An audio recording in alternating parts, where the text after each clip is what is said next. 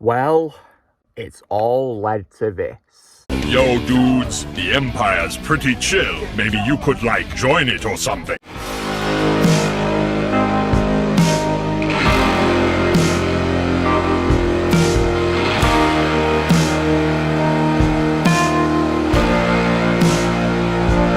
Hey everyone, Lucamus Prime here, so it's time for another review in my review series of a Marvel Cinematic Universe's Infinity Saga. And today, it's finally time for me to review what is the film. It all led to this. And this, of course, is an installment released in Phase 3 of the MCU. And is, of course, the first part of a two-part blockbuster. And this film, of course, which is released as the 19th film overall in the MCU, is none other than 2018's Avengers Infinity War. So, now when it comes, of course, to how this film was made, so this film was first announced in October 2014 as Avengers Infinity War Part 1, with a sequel called Avengers Infinity War Part 2.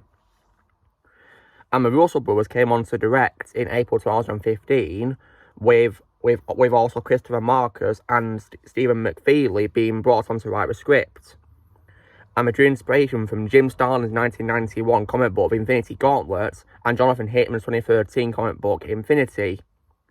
In 2016, however, the title was then shortened to Avengers Infinity War. Filming began in January 2017 at Pinewood Atlanta Studios in Fayette County, Georgia, with a large cast consistently mostly of actors reprising their roles from previous MCU movies, including, of course, Josh Brolin as the movie's main antagonist, Thanos. The production lasted until July 2017, shooting back-to-back with of course, the direct sequel, which was now called Avengers Endgame. Additional filming took place in Scotland, the downtown Atlanta area, and New York City. With an estimated budget of $325 to $400 million, the film is one of the most expensive films ever made. The film premiered at the Dolby Theatre in Los Angeles on April 23rd, 2018, and was released in the United States on April 27th as part of Phase 3 of the MCU. The film received praise for Josh Brolin's performance as Thanos, the visual effects, action sequences, dark tone, and emotional weight. The film was the fourth film and the first superhero film to gross over $2 billion worldwide, breaking numerous box office records and becoming the highest grossing film of 2018, and the fourth highest grossing film of all time, both worldwide and in the United States and Canada. It even received a nomination for Best Visual Effects at the 91st Academy Awards, among numerous other accolades. Now, when it comes to my reaction to this film, guys, so when this film was coming out in 2018, I was really desperate to see this movie, despite, of course, being in school at the time, so I was thankfully able to arrange a time to go see this at the weekend. So I saw this on a Saturday and with my friend from school, and when we both saw the movie, right, we absolutely loved it. This film was just absolutely phenomenal, and 10 years of waiting was 100% worth it. Wow. Yeah, this film was just absolutely incredible, and I loved this movie so much. So, what is the movie about? So, in the film, the Avengers and the Guardians of the Galaxy attempt to prevent Thanos from collecting the 6 all-powerful Infinity Stones as part of his quest to kill half of all life in the universe. Because he believes if he does, then everything will be perfectly balanced, as all things should be. So what do I think is great about this movie then? So the film has a great cast of actors. So obviously, of course, returning is, of course, Robert Downey Jr. as Iron Man. And as I've said before, guys, on my previous reviews, I will not imagine any actor playing Iron Man better than Robert Downey Jr., in my opinion. And in this film, he gave a great performance in this as Tony, as always. And I also definitely love Chris Hemsworth as Thor in this. And this film probably has my favourite portrayal of Thor in the MCU. I think Chris Hemsworth was just absolutely badass in this movie as this version of Thor. And I especially love his story arc where he unfortunately, of course, loses his people of Asgard on his ship, and he becomes, of course, a lone survivor on it. And he then, of course, meets the Guardians, and then he's able to reform and become the God of Thunder once again by forging a new weapon, of course, which is Stormbreaker. And when it comes to Thor as well, guys, my favourite scene of his is probably, of course, his entrance in the Battle of Wakanda, where he joins in with Groot and Rocket with him. Like, that was just, like, pure epicness, and my cinema turned into a stadium when a goal was scored, when that happened.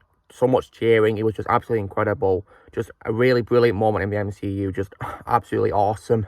So I definitely really love that story arc of Thor's. And when it comes to of course, Captain America in this, he no longer goes by that name, and he instead just goes by simply Steve Rogers in this.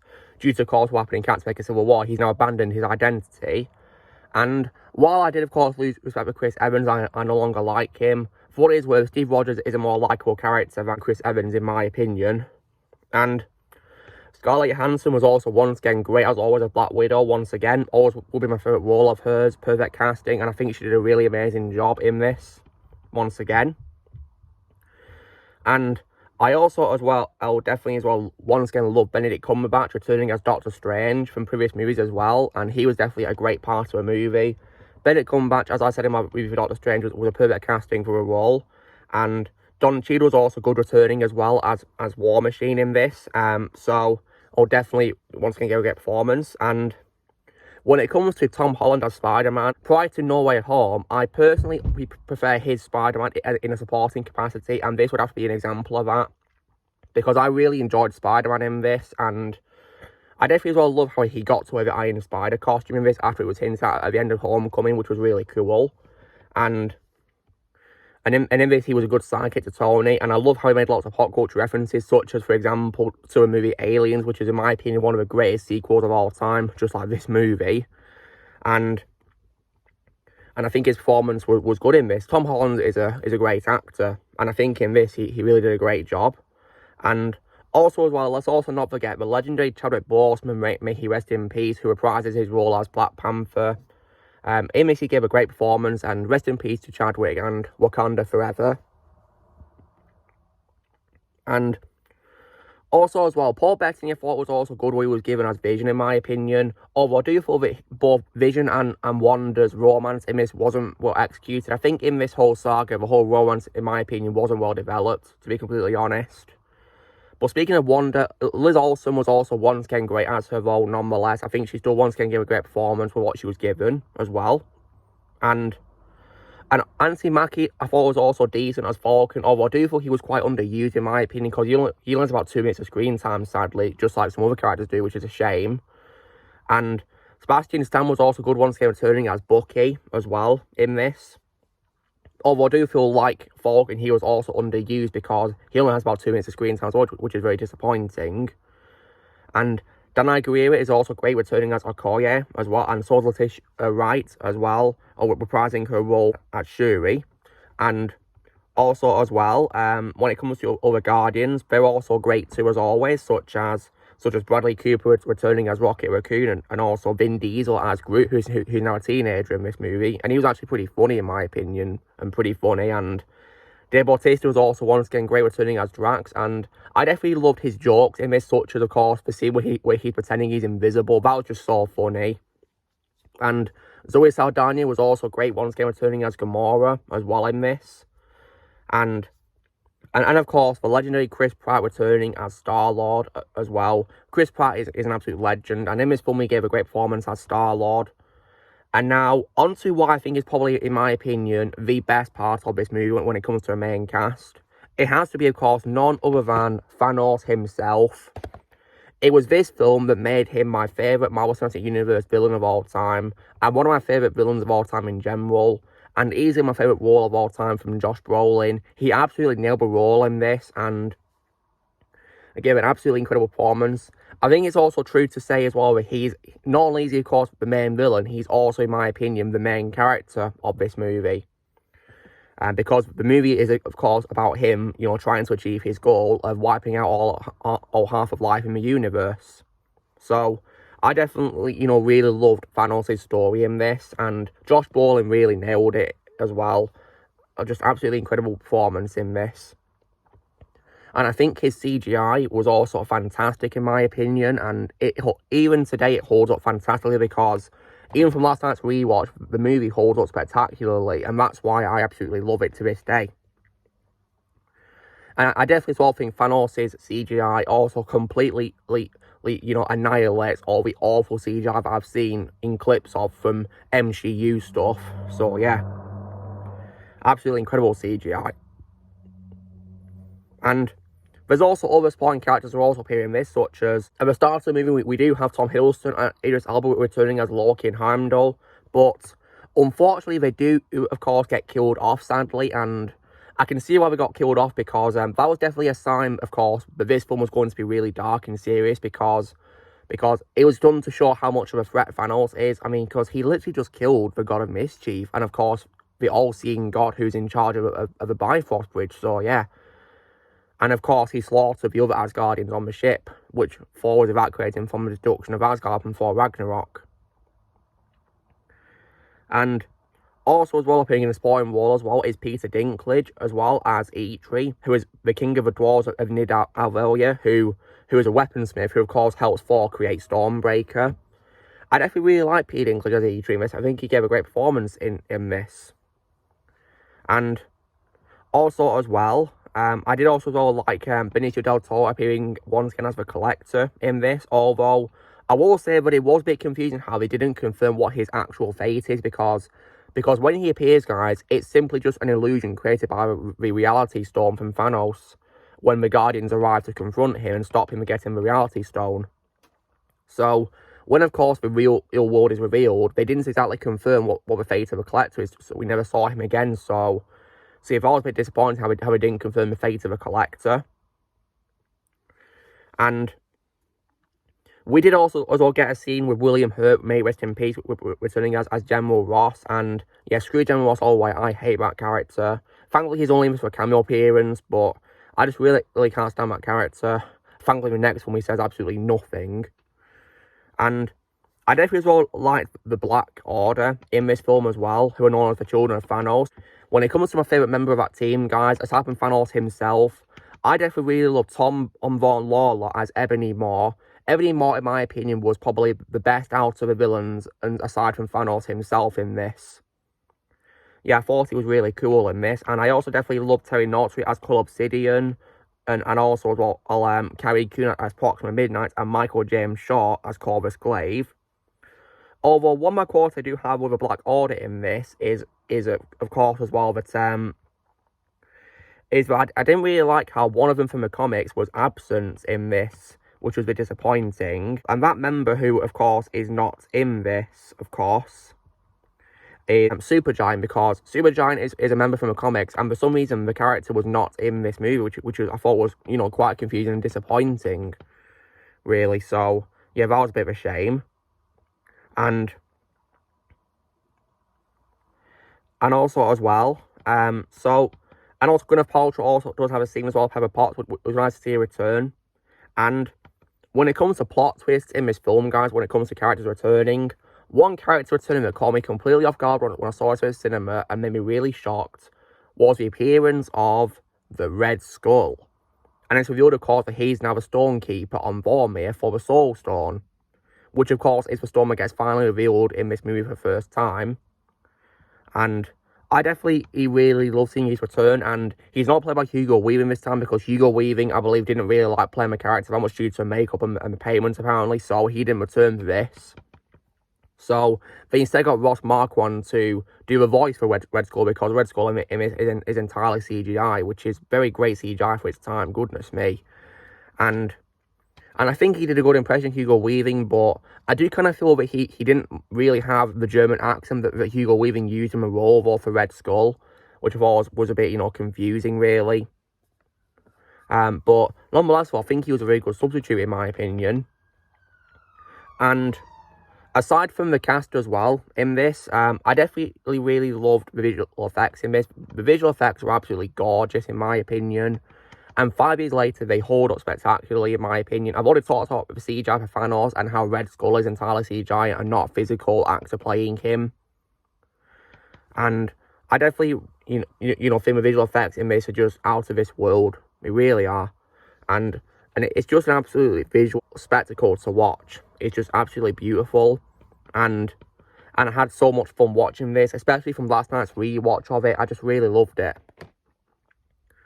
And The story is also, in my opinion, fantastic. And now when it comes, of course, to a film's ending, when it comes to a story, there is one thing this film did, which, of course, you know, I thought they nailed perfectly, and I thought, oh, it would never happen at all, but they actually did it in this franchise, is, I think, probably for the first time in the franchise, of course, and when it comes to superhero films in general, the villain actually wins this time. Like, wow. And where, of course, Thanos gets all the stones, and he's able to complete the snap, which, of course, wipes out half of life in the universe, and that entire sequence is just so heartbreaking. And when I saw this at the cinema, I was completely speechless. I think the whole cinema room was speechless, although there was a few reactions to people who disappeared, though, sadly. And it was definitely, you know, a very sad scene. And it was definitely, you know, a heartbreaking scene when they even go. So, I mean, the first one to disappear, of course, is Bucky. That was very sad. And then, unfortunately, as well, many Wakandans also disappear as well. And also, as well, Black Panther, unfortunately, disappears too, which definitely hurts a lot more, considering that Chadwick Boseman passed away. Yeah, rest in peace, Chadwick. And also, Wanda and Falcon disappear as well, sadly. And then when it comes as well to Titan as well, all of the Guardians except for Rocket Raccoon, they unfortunately go too, with Groot even disappearing on Wakanda. It was also confirmed that his last word, which of course we hear as I am Groot, was actually Dad. So that makes it just more heartbreaking, doesn't it? And then, of course, the Guardians and Doctor Strange, and then finally, unfortunately, Spider-Man disappeared too. Spider-Man's disappearing scene was definitely really sad, in my opinion, and well acted by Tom Holland. As a fun fact, guys, Tom Holland's lines where he's saying, I don't want to go and I'm sorry, that was all improvised by Tom Holland on the spot. And that was just done so well. You can tell he's really scared about dying, and it was just really sad. So yeah, the way we did that was just perfect, in my opinion, perfectly executed. And it reminds me a lot of, like, other sequels which have gone for, like, a darker tone before this. Like, for example, The Empire Strikes Back. And also, as well, when it comes to other things before this, like, for example, Pirates of the Caribbean, Dead Man's Chest as well. And if we're talking about video game territory, probably Gears of War 2 as well. And there's probably many others down the line too, which have gone for a darker tone as well. This has to be an example of that, and I think they did it perfectly. Like, even the opening of a film shows you're going to be dark, of course, by revealing that all of Thor's people on Asgard have been slaughtered by Thanos' attack on it. And the film also has other sad moments too. For example, in order to get the Soul Stone, Thanos has to sacrifice Gamora, which was definitely a very sad scene. And what I love about Thanos is you can actually, you know, feel sorry for him, because and he clearly does have feelings too. He's not like a cold-hearted villain, because when he finds out he's got to sacrifice his adoptive daughter to get the Soul Stone, you can see he's crying. So, and he tells her he's sorry before throwing her off the cliff. So that was definitely, you know, a very sad scene, and it was very sad to see Gamora get killed. Thankfully, of course, in the next film, of course, we do see a younger version of her appear, though. But yeah, it was definitely very sad to see her get killed. And when it comes as well to other things in this, there's also lots of pretty cool cameos in this. I've already talked about some of them before. One in particular I definitely love was a cameo appearance by the legendary Stan Lee, may he rest in peace, where he appears as the bus driver of Peter Parker's school bus. And that's definitely a very funny scene, of course. And it's clear that his character has seen lots of spaceships in his time, of course. And yeah, rest in peace, Stan Lee. Thank you so much for all of your creations you've co-created in Marvel Comics. Thank you so much, Stan. You inspire billions of people around the world. Thank you, Stan. Rest in peace. It's very sad how this was the final Avengers film to be released in his lifetime. Yeah, rest in peace, Stan. And then, of course, the next film being Ant-Man and the Wasp would be his final MCU film to be released while he was alive. So yeah, rest in peace, Stan. And the fight scenes in this film are also great too. This film has lots of them, in my opinion, and it's definitely a lot of fun to watch. And I definitely as well adore the soundtrack by Alan Silverstreet. I love how he brought back his iconic Avengers theme song, which was great to listen to once again. And also as well, when it comes as well to other great things about this, also I think the pacing is also amazing too, in my opinion, because this film is 149 minutes, guys, over 2 hours long, and in my opinion, it's paced fantastically. It doesn't feel boring in any capacity, in my opinion, or too fast. In my opinion, it's paced perfectly, and it's a lot of fun. And when it comes, of course, to the tragic ending of this movie, where half of life disintegrate as Thanos' plan succeeded, I think the ending was also perfectly done, where Thanos, of course, gets to sit down and find his peace on a remote planet. And the credits roll, and we do also as well get a post-credit scene where we see, of course, Maria Hill and Nick Fury, of course, in the middle of a street, and they, of course, see a crisis happening. Unfortunately, they both also disintegrate too, but Fury is able to use a modified pager to send an emergency signal, and he's, of course, calling Captain Marvel. Back when that, of course, happened, I was so hyped to see her make her appearance, but unfortunately, of course, that was ruined because I personally hate the Captain Marvel movie, so that was disappointing. But at the time, I was really hyped, because after seeing this movie's tragic ending and wanting to see how it would be resolved, I wanted to see more, so much. Like, this film left me hungry for more, and thankfully, the next film the following year lived up to the hype, of course. So, yeah, this film was just absolutely incredible, guys. Just an absolutely perfect movie, in my opinion. However, when it comes to bad qualities, though, of course, while I adore the movie, I'm personally not really a fan of how Hulk is really underused in this movie. Because for most of the movie, he's just Bruce Banner, because Hulk doesn't want to become Hulk. The only time we do see Hulk properly is at the beginning of the film, where he fights Thanos, and that's it, sadly. And it would have been an opportunity for Lou Ferrigno to reprise his role as him vocally, because he did a voice for him in the first two Avengers films, so he could have come back for this, but sadly not. Because Hulk barely appeared. I've already talked about as well how I remember Black Order being super giant is not in this film either. I also didn't like how Loki and Heimdall got alien-free cliche as well, but I guess it was done to show how powerful Thanos is as a villain, and he's very threatening, and they also didn't explain what happened, of course, to the Collector either, which was disappointing as well a bit. And of course, like I said, guys, I lost respect for Chris Evans as well. And I guess another bad quality does have is that some characters, despite being confirmed to return, were also absent too. Like Hawkeye and Ant-Man, for example. They were confirmed to be appearing in this, but sadly not. Thankfully, Ant-Man and the Wasp confirms what Ant-Man and Wasp were up to, of course, during the events of this movie. And Hawkeye, of course, would later appear in Avengers Endgame as well. But yeah, I think this film was missing something by not including Hawkeye, especially because he's a member of the Avengers, for crying out loud. So yeah, it's a shame he wasn't in this.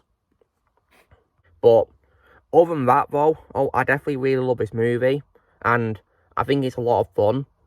And it's also shocking as well when you look at the screen time for each character, because when it comes to screen time, guys, if you guys were to ask me who the characters with more screen time, the answer is Thanos, because Thanos has the more screen time, which makes me consider him to be the main character in this. And I think the second character with more screen time is probably Gamora, and then Iron Man as well.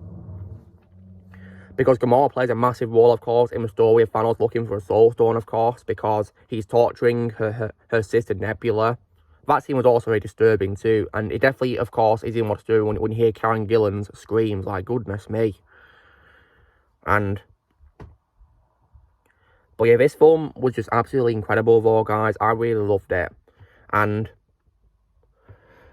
if I was to give the movie a score out of 10, well, apart from those nitpicks I do have such as there's some characters that I do feel are quite underused because of the screen time. The family do have lots of scenes, well, but they are quite short, which explains why they don't appear much, like Bucky appearing for 2 minutes, for example. And also, those other nitpicks I do have, such as with one of the Black Order members being missing, and also characters being wasted too, sadly. I would, however, give this movie a full-blown 10 out of 10. I love this movie so much, and last night's rewatch was once again an absolute blast. I really loved it. So yeah. So guys, this is me doing my review for 2018's Avengers Infinity War. So you know the drill, guys. Be sure to give this video a like. Also, be sure to tell us in the comments what you guys think of Avengers Infinity War. If you've seen it, or comments below what you think of it. Also, be sure to join Team Prime by pressing subscribe if this coming in the future. If you would like to be a member, you can restore using the piece of or description. And Avengers Assemble.